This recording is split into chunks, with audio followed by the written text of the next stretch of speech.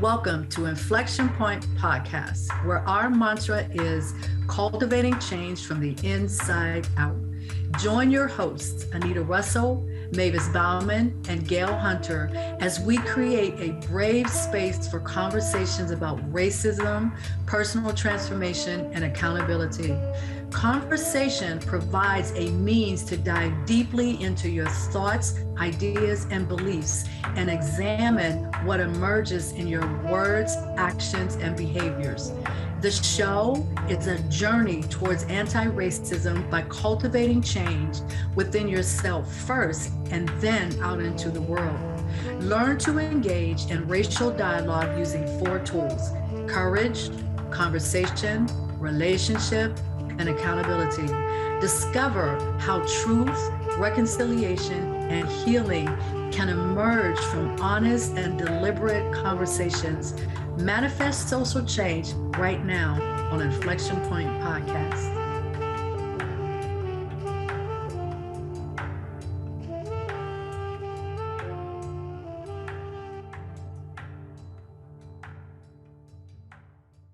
So hello and welcome to the latest episode of Inflection Point Podcast on Transformation Talk Radio. I'm your host, Anita Russell, and here's a quick hello from co-hosts Mavis and Gail. Hi, I'm Mavis. Welcome. Hi, I'm Gail, and welcome to here, and glad you're here to be with us today. Excellent, excellent. So I'm going to deviate a little bit from the normal way that we proceed because I'd like to share a couple of thoughts on the recent mass shooting in Buffalo, New York. The other day I read a poll on CNN where they were kind of putting out a call for people to call in and give their responses to a particular question. And the question that they posed was this: as a Black American, how does the Buffalo shooting make you feel about everyday activities? So it took me a minute to kind of think of what my answer to that question would be. And that answer is, it's the same way I feel about the historical and generational trauma from genocide, massacres, lynchings, and shootings that have occurred in this country, all in the name of white supremacy. And it's about robbing some human beings of their fundamental birthright to simply exist in the skin in which they were born. So I say that the question is somewhat shallow. A better question could be posed to white Americans. How does it make you feel that some human beings are denied their fundamental right to exist in the name of white supremacy? I agree with Kyle Williams, founder of A Long Talk, who said, "White supremacy is the enemy to us all, and we are in a state of emergency." 10 human beings killed and 3 wounded because one man decided that they did not have the birthright to freely and peacefully exist in the skin in which they were born. We say their names in honor of that fundamental right to exist for all of us. Roberta A. Drury of Buffalo, New York, age 32. Marcus D. Morrison of Buffalo, New York, age 52. Andre McNeil of Auburn, New York, age 53. Aaron Salter of Lockport, New York, age 55. Geraldine Talley of Buffalo, New York, age 62. Celestine Cheney of Buffalo, New York, age 65. Hayward Patterson of Buffalo, New York, age 67. Catherine Massey of Buffalo, New York, age 72. Pearl Young of Buffalo, New York, age 77. Ruth Whitfield of Buffalo, New York, age 86. And those wounded: Zaire Goodman of Buffalo, New York, age 20. Jennifer Warrington of Tonawanda, New York, age 50. And Christopher Braden of Lackawanna, New York, age 55. We offer our condolences to the families, the friends, and the entire Buffalo community. So now I'd like to get to what this episode is all about. So our topic is being Black globally, musings from an intellectual brother. And our question is, how do you remain true to yourself while moving in social and educational spaces that harbor the legacy of structural and institutional racism? And we are very fortunate to have a really special guest today, and we're going to talk about his background, some of the work that he does. His name is Mr. Corbin Swain, and I'm just going to read his bio real quick.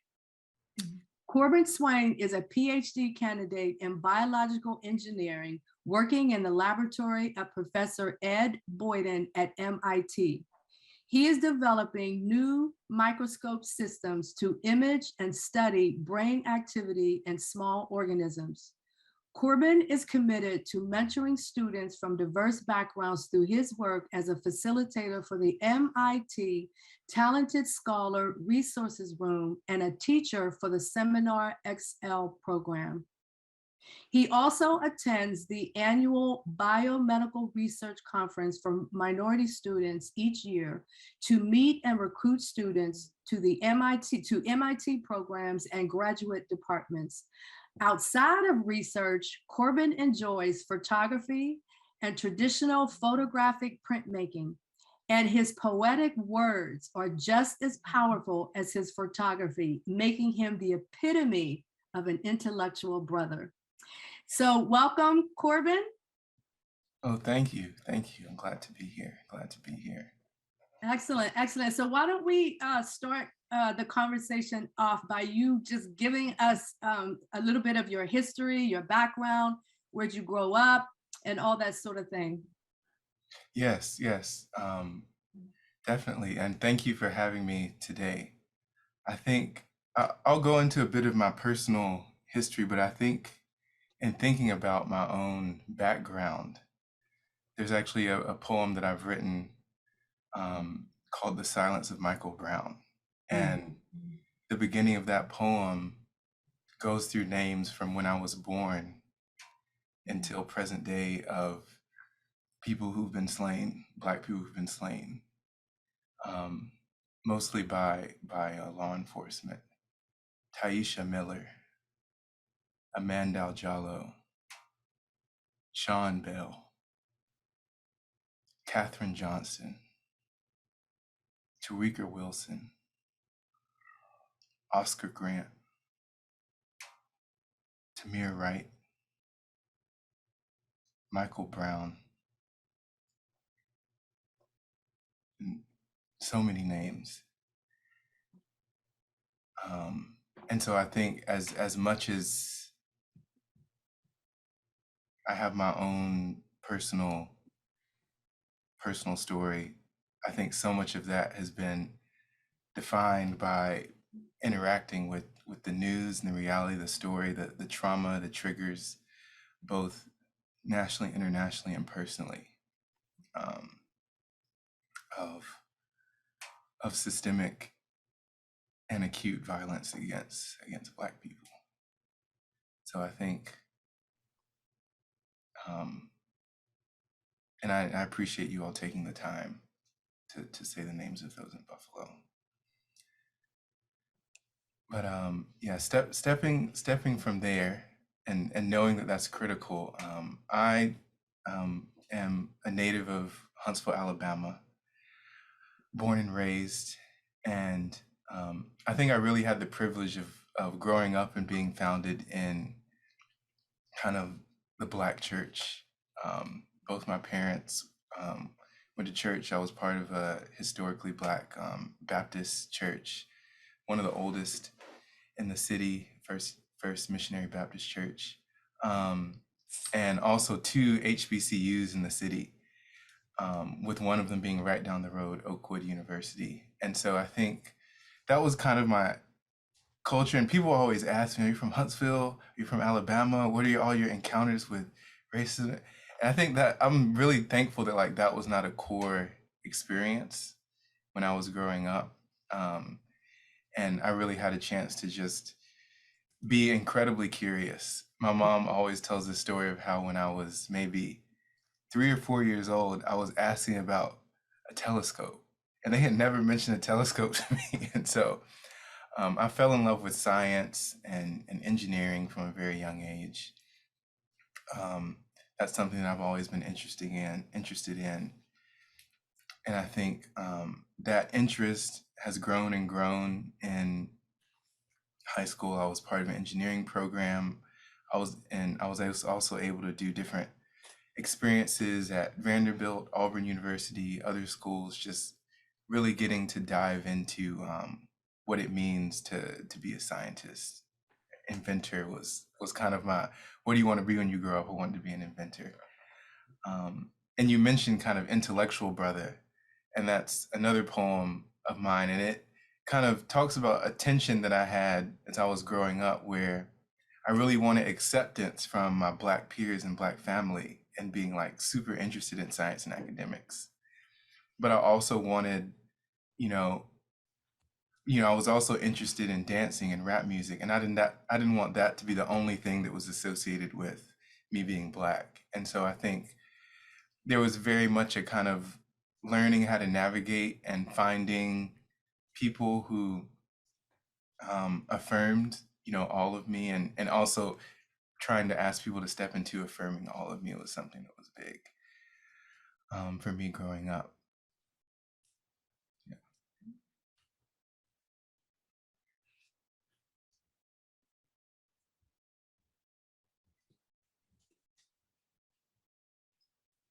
So tell me a little bit about,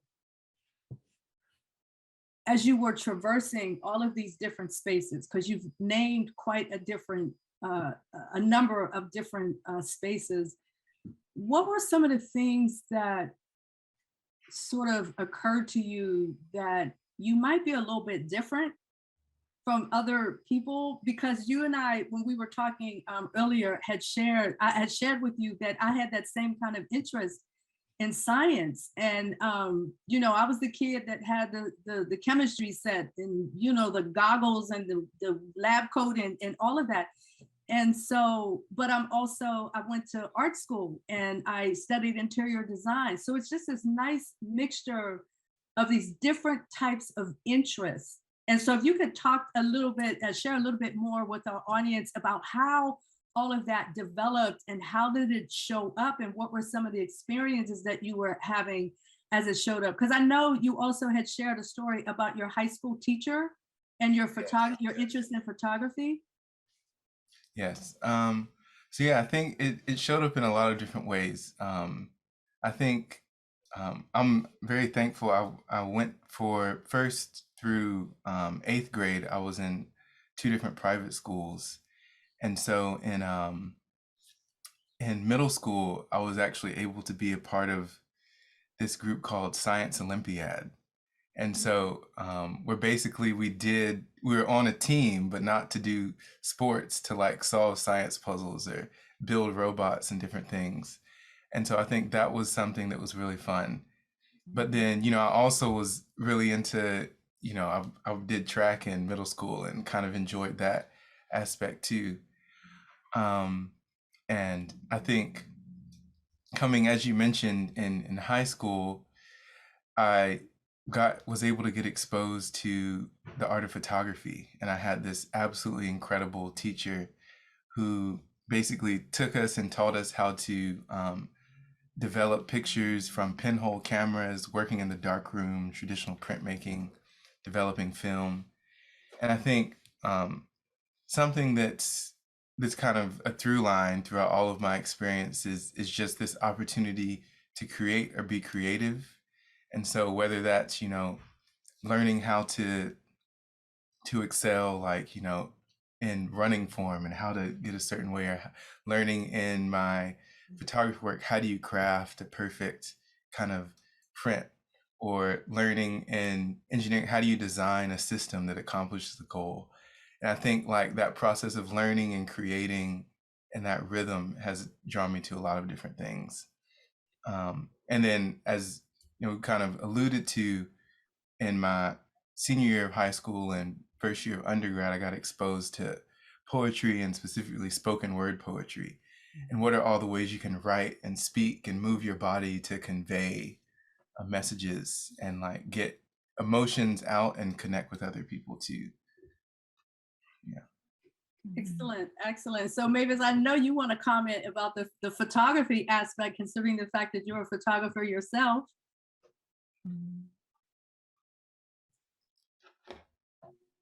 You're muted.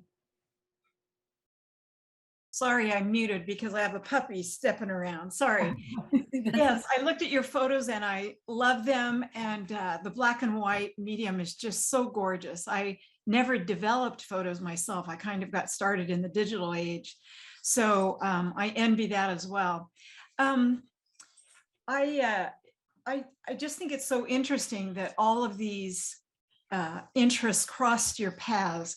And Corbin, I was thinking about how common is that for, let's say, people in the Black community. For example, in my part of the country, no one had ever been out of the country.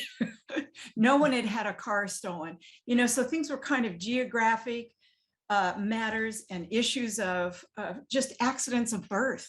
You know, it sounds like if your mom is giving you a formula in church to solve, I just think that is such an incredible, nurturing, exciting thing. So, you know, can you just kind of, do you have a big sense of that contrast, or do you, you know, the other books I read from people who have very different experiences, it's just so contrasty, you know, in the hood, you know, running for their lives half the time.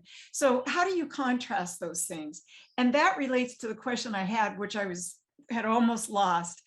I think my white friends would not understand, at least in the Midwest, the term intellectual brother. So maybe Anita or Corbin can actually explain that. I just love the sound of it. Oh yes. No, thank you for those questions. I'll start with the Sure. with the first one. I think yeah, I think it's the reality that you know, Blackness is really just a rich fabric, right? Some people will refer to it as like the diaspora, referring to like the greater kind of immigrant, in addition to, you know, in the States you have descendants of slaves. But I think there's so many different experiences, and I think I cannot speak to an experience growing up in the hood and, you know, having to, you know, physically fear for my life and deal with certain types of things. I think I recognize that that is a picture. I recognize that that is in some ways a stereotype. And I recognize that that is a very real material struggle. And I think I have to recognize my own privilege and opportunity that I've had access to. But at the same time, I think it's still a rich part of, you know, what it means to be Black, what it means to be Black in America. And so, and I think that's something I've struggled with, is like, am I still fully Black? Am I still able to like claim this if this isn't my story? And then the answer is a resounding yes, as an encouragement to myself and others. And I think I just have to learn how to hold other stories as real and identify with them, and also see where they're different. And I think this really connects to the term intellectual brother, where Exactly. I think it's very much, and it's not to even put a dividing line, right? No. To talk about um, what it takes to survive in the hood, to talk about what it takes to toe the line in different, you know, mixed spaces, to talk about what it means to just be curious and want to learn regardless of what you have access to. I think that's kind of the intellectual brother. And I personally have even distanced myself from the term, because I think it puts a little too much black and white, because I think it's just a more richness of identity and the change that we see throughout life. And so I think but that term for me really came from the tension that I had in high school, where, you know, I would want to go, you know, I don't even remember that dance, the Dougie or jerking. It was like 2010s. I love to do that. But then I also like love to be in, you know, my engineering class. And at the time, I didn't see pictures of that being intersected. So this was kind of the intersection for me. But as getting older, I'm realizing that, no, this is what many people were doing. And it wasn't just me. And so I think it was kind of that seeking out for that space and that affirmation is where that term landed for me. And for me, that, because I'm a lot older than you are, Corbin. And so to me, that is a term that I kind of relate to from a different perspective, I think. And it's kind of like that term, it's kind of expressing the idea that there is no one way of defining you as a human being in Black skin.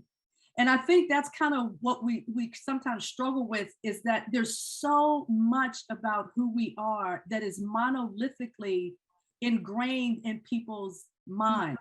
And so for me, when I hear that term, it's kind of like an affirmation that you can be intellectual and go to MIT, but you can also sit down with people across the table in the Black community and have conversations.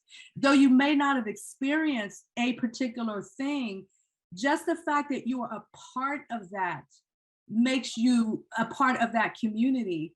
And the intellectual part just comes, because I used to get it, oh, wow, she's one of them smart sisters. That's how I used to get it when I was growing up, but it wasn't a distinguishing, it wasn't a separating kind of thing. It was just distinguishing a certain characteristic of who I am and who I was as a person. So it's complementary is what I'm saying.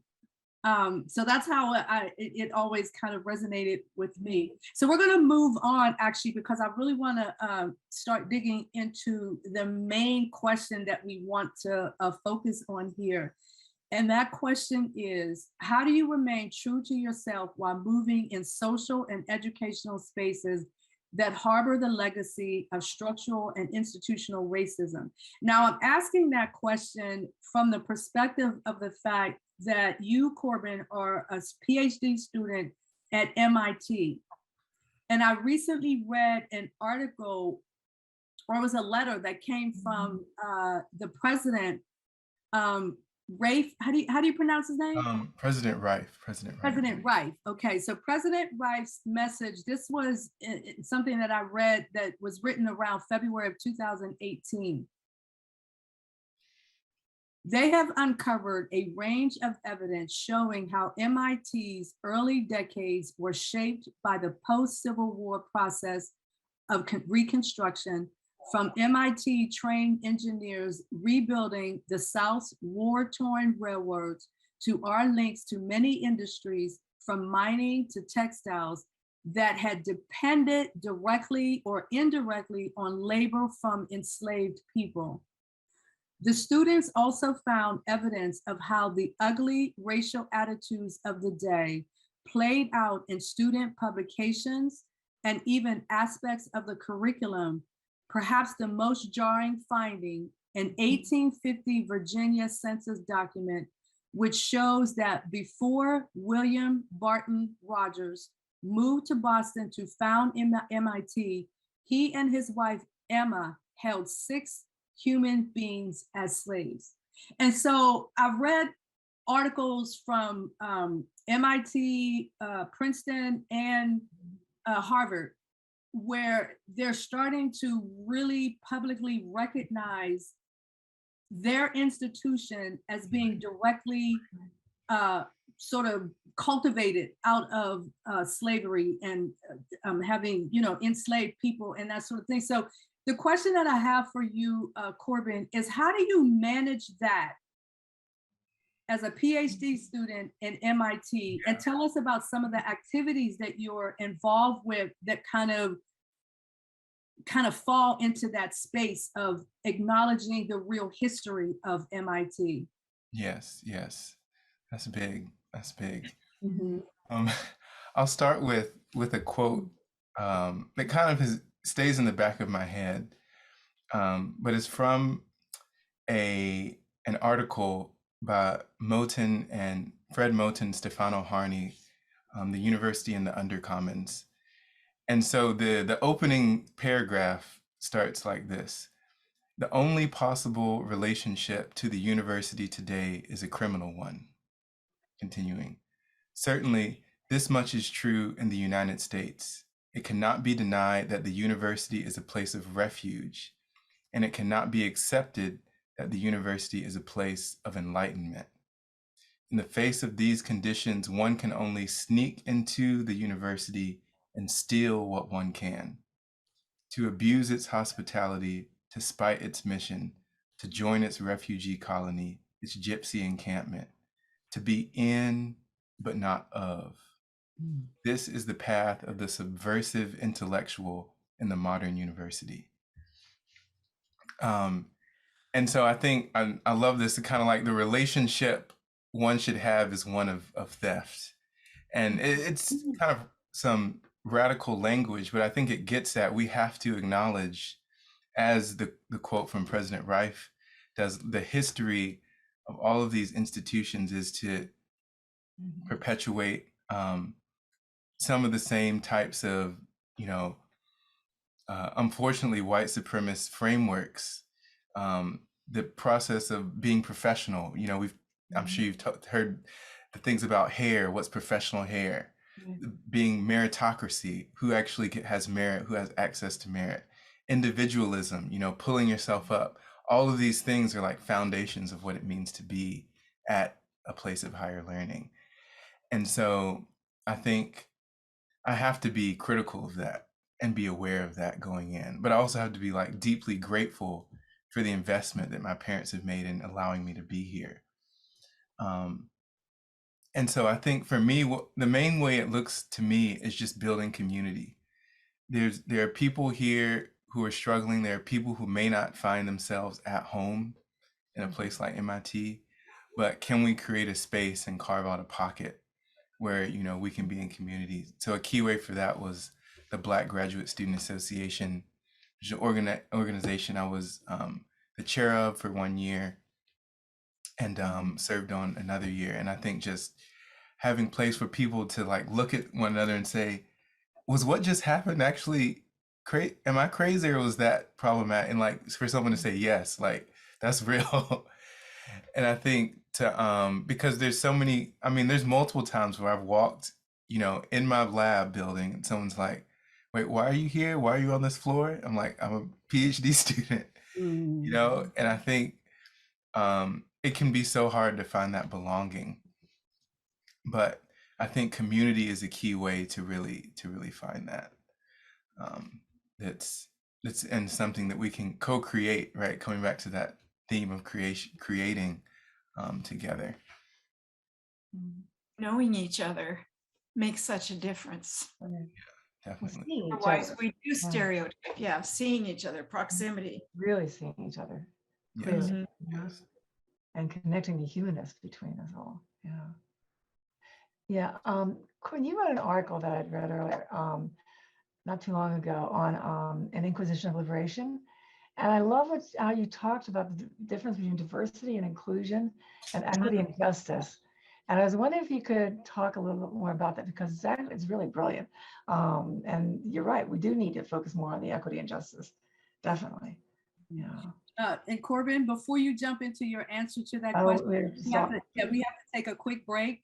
But when we come back, Gail, I want you to restate that question, and we'll have Corbin go into his answer.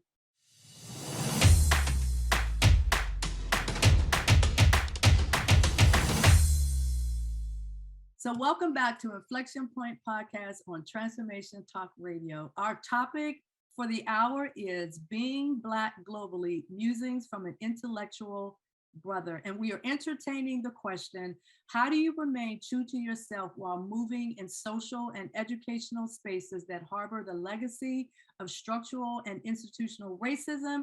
And we have an incredible guest, Mr. Corbin Swain, PhD student at MIT, photographer, poet, and activist. And so at the break, Gail, you were asking a question. Right, I was talking about an article that you had written and the difference between diversity and inclusion and equity and justice. And I was wondering if you could say more because it's really a fascinating article and a very much needed topic for, I think, everybody to look at a little bit differently that I think would be much more effective. Yeah. Yes, yes. Yeah, it was based off a quote from Professor D.L. Stewart. And I think yeah, it's really important to get at that difference when we talk about diversity and inclusion, where we're asking who's in the room, right? Equity and justice is asking, you know, what does the room look like? How does it feel when people are in the room? What led to the room being this shape and size and have this history in the first place? And like, how can that be supplanted? And I think it's asking those deeper questions that is it's something I try and enter into conversations with university administration along with other students about these things as well. And I think that's part of I think maybe you're aware of this, maybe you're not, but I think as Black students on a university campus, you become a de facto kind of advocate, and you get pulled into meetings, asked to sit on platforms and committees, by default. And I personally have to manage how much commitment I'm making, as I think all of us do. But I think it's really important to push on that framing, to how expansively and structurally and deeply are we thinking about the surface level issues that we might see. Definitely. And you talked about liberation. I don't know if you remember it, but I'll quote you. I want us to see liberation as bound to the humanization of the most minoritized among us, even when it comes at a significant sacrifice of our own. That's exactly right. Yes, let's honor the marginalized, not on our terms, but in theirs. And I mean, it's beautiful. It's exactly what has to happen. Yeah. Yeah, definitely. I think just the radical understanding, radical empathy. And I think a willingness to do a lot more than the culture might demand. I think something I think about so often is it's just when there's an issue at a school or issue at a place, we want to bring in a committee or shift or have some type of meeting, but maybe the recommendation is to do less. Like maybe the school should actually be smaller, or like maybe resource should be pushed into a completely different, or maybe the current leadership should just ask someone else to step into that role. And I think that's what I'm getting, this self-sacrifice, where we're saying not just I want things to be better, but maybe I'm not the person to be doing this. And not in a way that says anyone is less than, but I think to more fully and in an embodied way recognize, I think, the truths and the justice that we're looking to live out and see happen. Yeah. Yes, definitely. I think you're hitting the nail on the head, because quite frankly, doing this work is very hard. And not everybody can pull that weight, if you will, of doing this work in the activism space, in the anti-racism space. It's hard.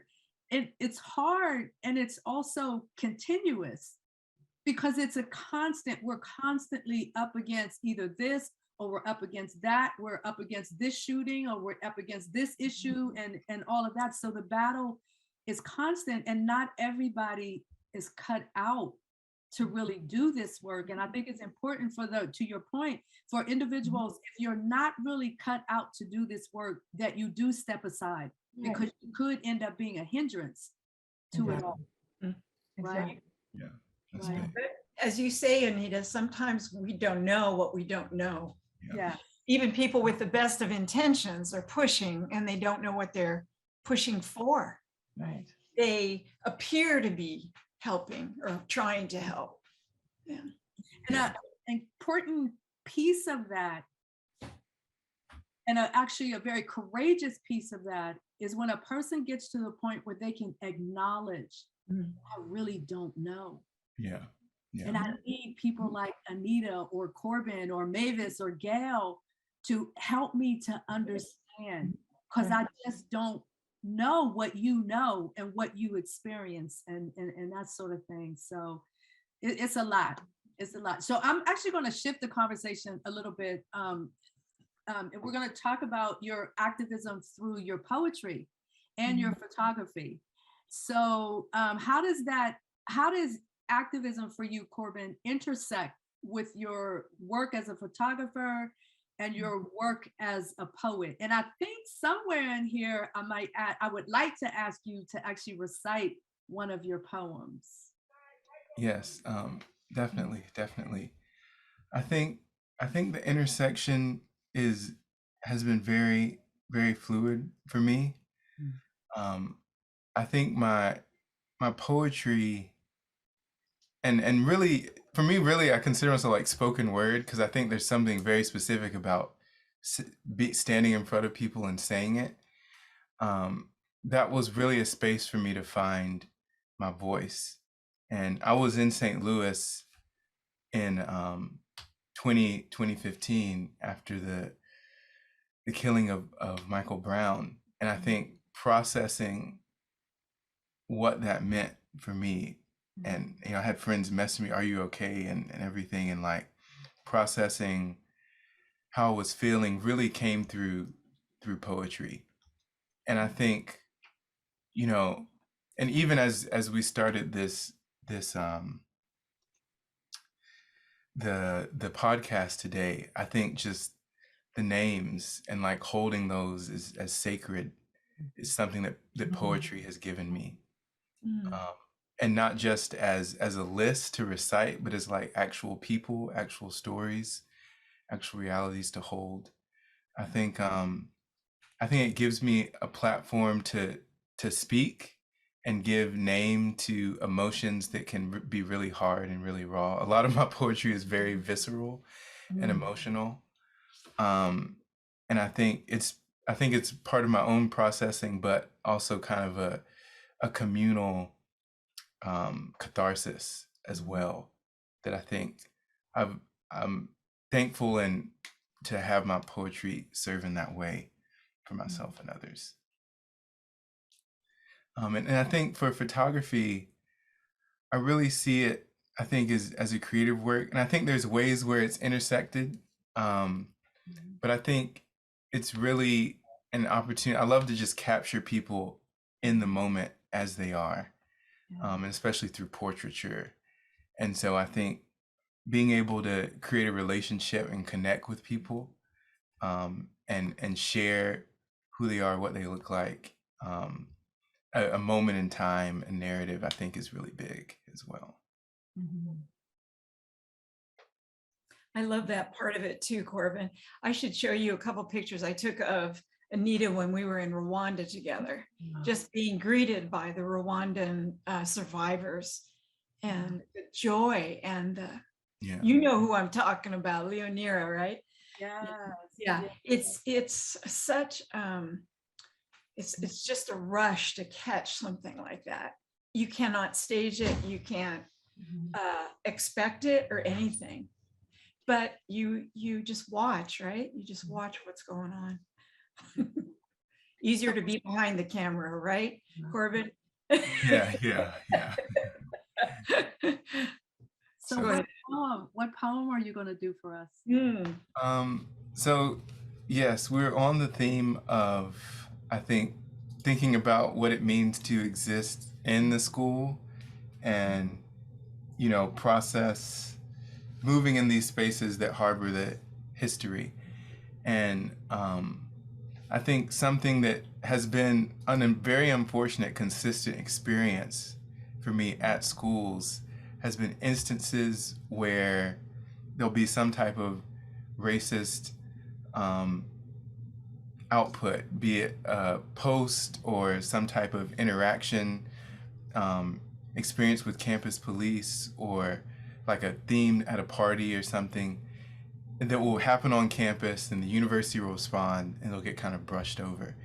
And I think highlighting that for Black students on campus, these are like continued, very traumatic events Yeah. that make that you might say, or a campus might say, this is home for you, but it doesn't feel like home. So I'm going to read a poem called On Campus Security. It's based on an email that was sent out advertising an MIT party. And the email repeated the phrase, average Black male around 5'6", wearing a blue backpack, 9 times as a joke throughout the email. And an apology was made, but I think that phrase and the way it was in jest and kind of just commodified Black criminality as a theme for a party, it was very hard for me and other students on campus to hear. Very offensive, yeah. And so this poem, I basically took the exact text of the email and replaced every instance of average Black male around 5'6" with a different word or set of words to create a story. So yes, I'll read this poem.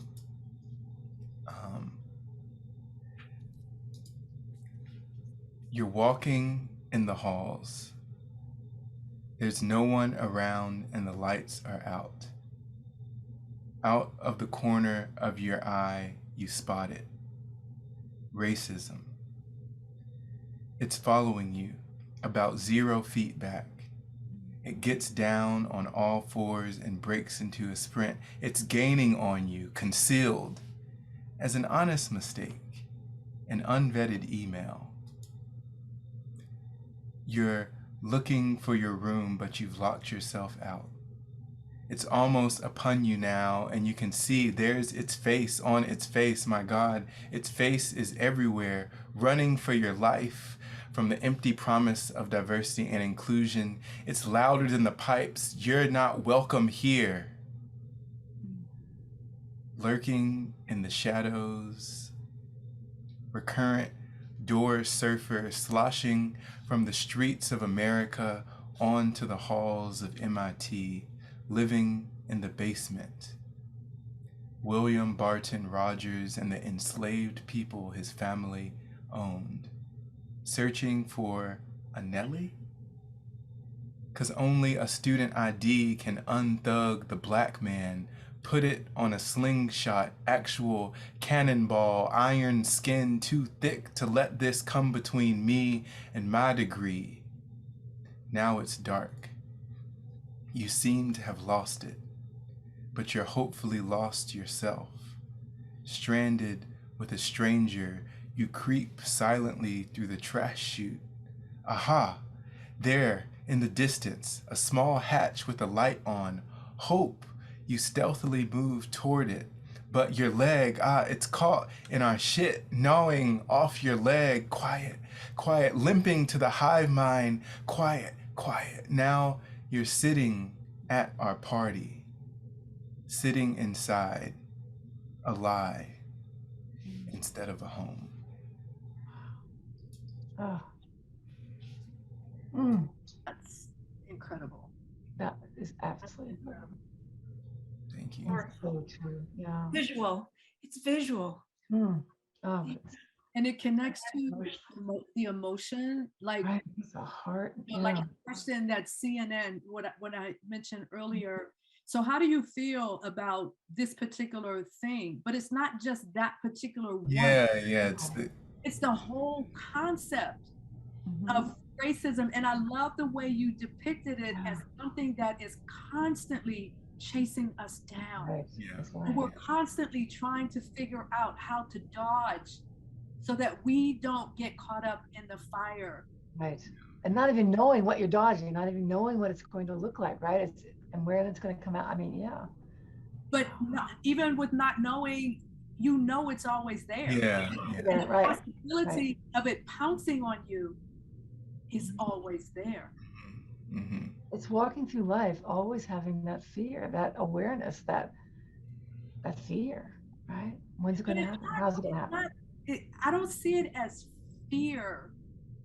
Like, I don't walk out my door every day fearful of what could happen, but I do walk out of my door every day cautious, Yeah.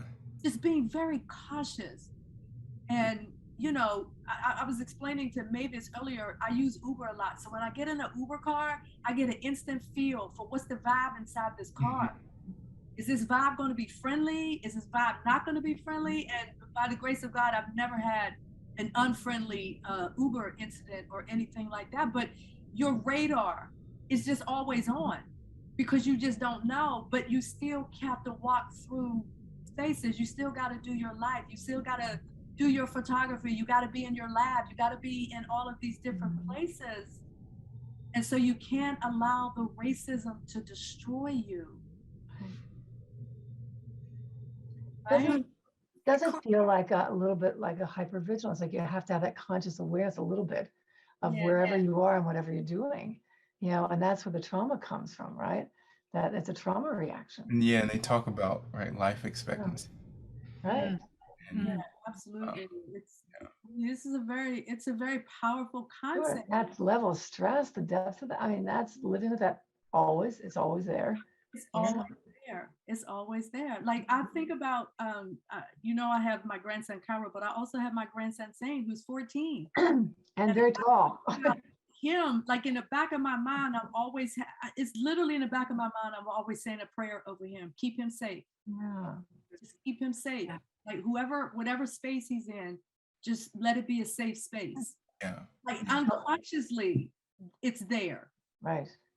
And the one poem that you wrote, where you talked about your friend and his daughter, can you say, because that's perfectly exactly what we're talking about, is being safe. Yeah. Beautiful. Yeah. It's heart-wrenching, but yes. Mhm.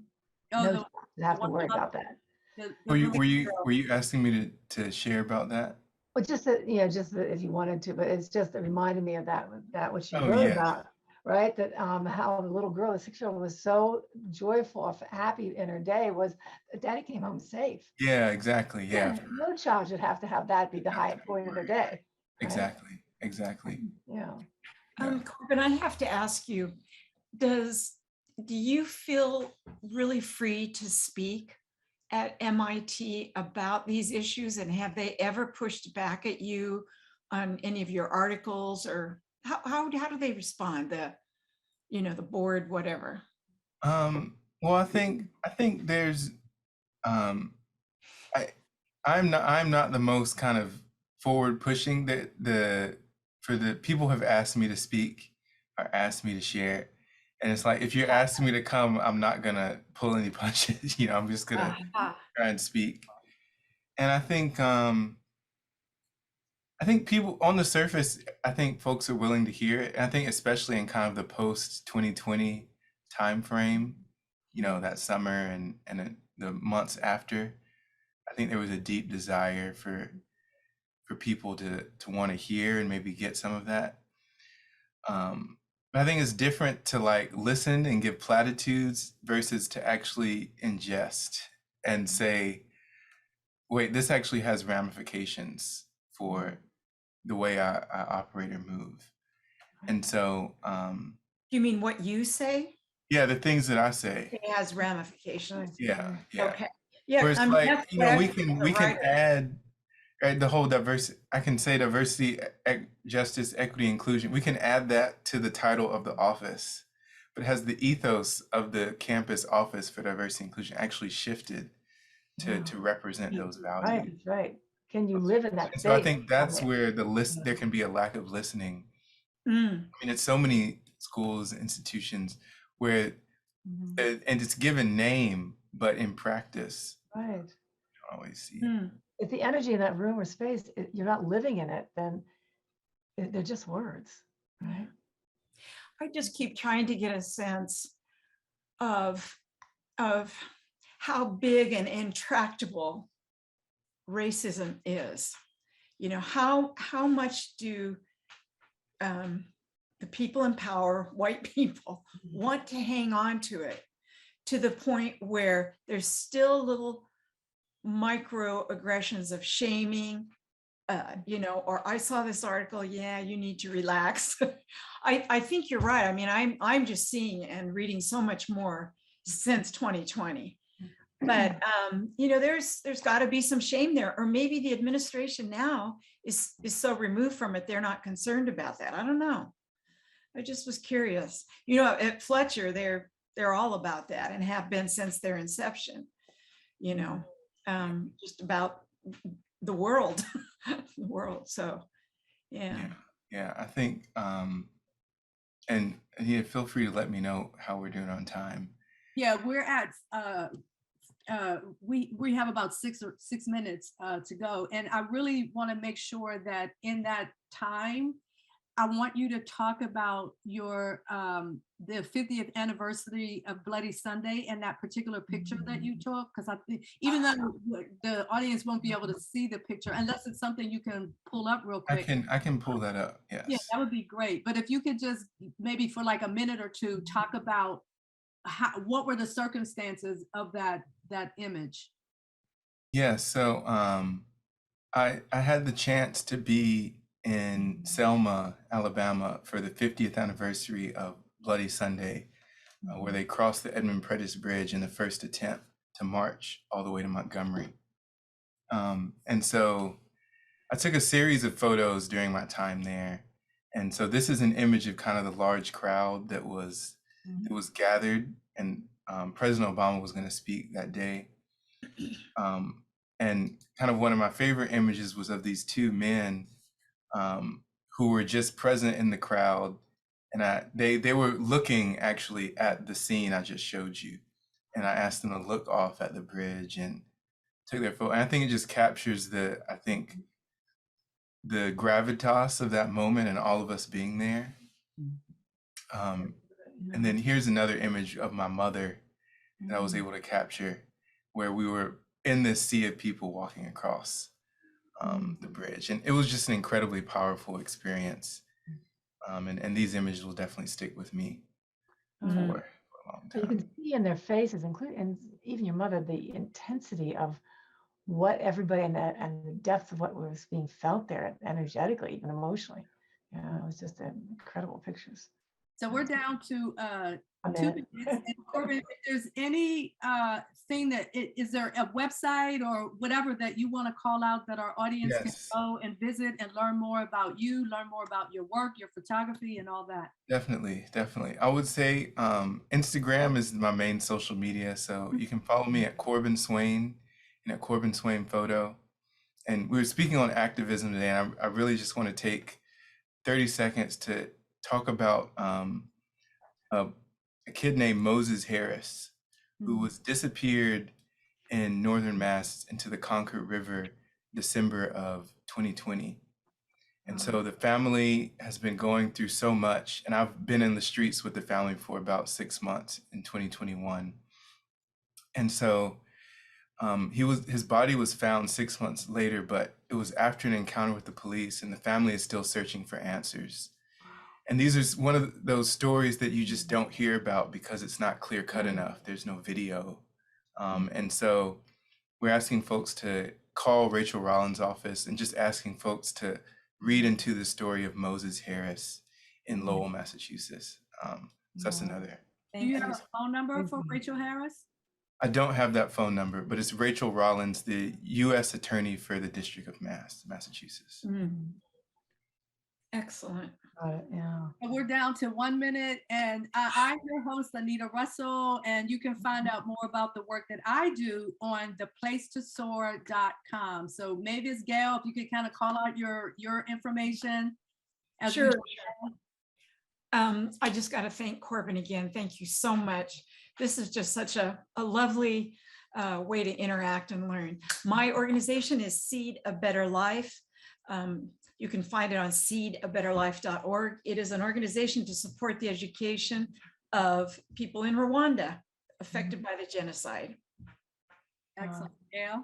And thank you, Corbin, for being here. This has just been amazing. And I'm so grateful to have been able to meet you, even just for a short time. omapittsburgh.org is a website for the nonprofit that I run, and we do holistic education. We do a lot of trauma-informed training, and we have a program for youth. So check it out. We have a lot of different interesting things that we're doing. Thank you.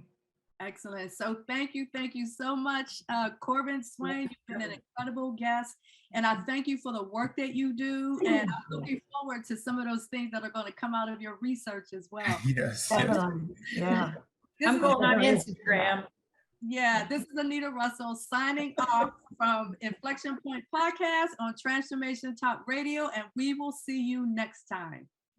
Thank you. Thank you for listening to Inflection Point Podcast, where our mantra is cultivating change from the inside out. The journey towards anti-racism and social change doesn't stop here. Truth, reconciliation, and healing come from ongoing, open, honest, and deliberate conversations. Continue to dive in and deconstruct your thoughts, ideas, and beliefs as we band together to manifest social change. Tune in to Inflection Point Podcast every first and third Wednesday at 3 p.m. Pacific, 6 p.m. Eastern, here on TransformationTalkRadio.com for more conversations about how we can cultivate change from the inside out.